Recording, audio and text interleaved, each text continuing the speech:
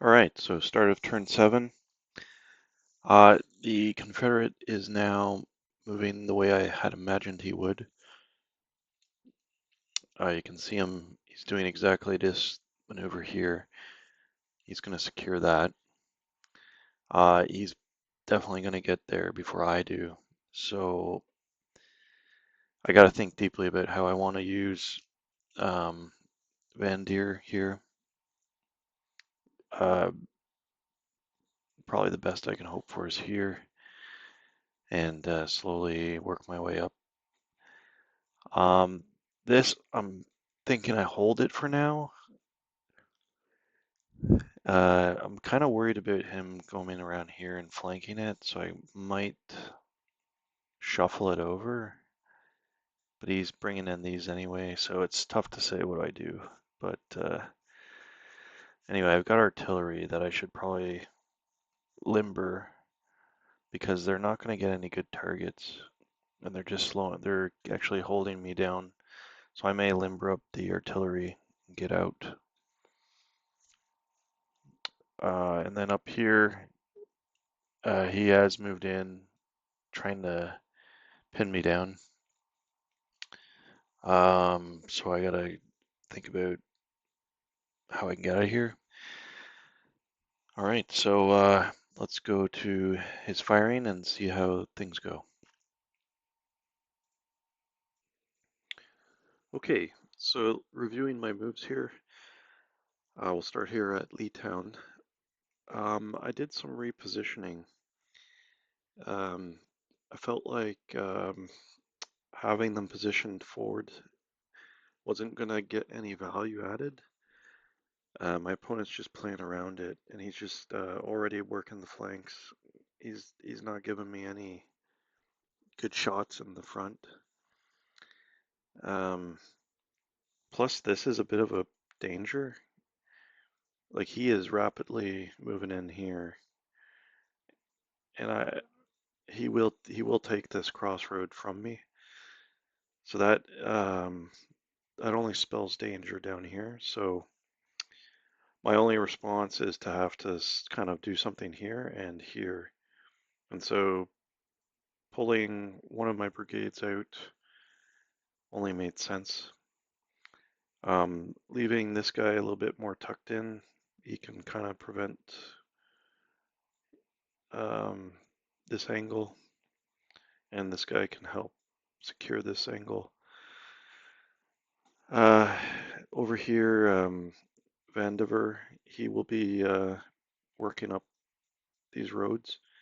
I left the artillery here limbered, and the reason is I actually want to have a free hand to kind of maneuver and work my way up.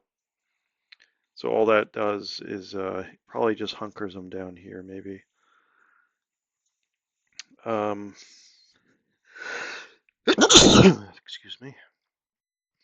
Okay, so here actually, my independent cavalry, which came onto the map this way, I raced up this way, and I'm hoping he doesn't see this coming, but we'll see what he does. But my intention is to just swing around here, and he can move pretty fast. So he'll be probably 1, 2, 3, 4, 5, 6, 8, 9, 10, 11. Yeah, like he's pretty much here next turn, or I could go this way. I'm hoping he thinks I'm going to bring him in this way, which is an option, but um, I'll explain what I'm doing up here in a second. But I think my real intention is to come in this way. So with all that said, I think he's going to feel some pressure. I'm going to slow down his advance because he's going to have to watch for his side here. He's going to have to watch this. He's not going to be able to get a good attack off of here. And he's stretching his division or his corps thin. So if he consolidates it, um, he might have some kind of like solid line like this. I don't know if he'll go through the woods. Doesn't seem, I don't know, maybe he could. I can adjust for it. This guy might just sit right here and block this one. So I leave a little pocket, but I can easily fix that. So yeah, I kind of like bottle him up as much as I can, or not bottle him, but rather block him, buying me at least a few more turns until I can get Davis deployed. I'll feel much better when Davis arrives, and Davis arrives right here, by the way, so he can just scoot on in and really secure the town. So yeah, we'll see how he does in the next two more turns. He'll get a third turn before Davis comes on, so he has 3 turns to really make something happen, um, which is enough to put on some pressure, at least. Anyway, so over here on the east side, we did have some skirmishing. No notable results either way. Some firing back and forth. Uh, he's not. He's probably going to advance on his next turn. But what I did was I pulled out these cav from here. I had to leave the artillery, and my thinking there is two things. One is it's a bit of a shield. Um, if I had pulled it with me, I could have been pinned. My whole brigade here. That would not have been good. So leaving this sort of acts as a distraction. It's also limbered, so it could easily retreat before combat. It's got high morale. He's uh, um, he's going to attack it, but I don't know if he'll have any luck on that. Either way, this is a better prize. So if we exchange artillery wagons, I would rather give up this horse artillery and take 2 of his howitzers here. Because as you can see, I'm pretty well going to take that. There's nothing he can do. He has to limber up, and he's not going to go fast. So I'm just going to ride him down. And he can't even retreat before combat. So I think I'm in good shape against these guys. Um, yeah, over here, again, just being as annoying as possible. I'm sure he thinks that too.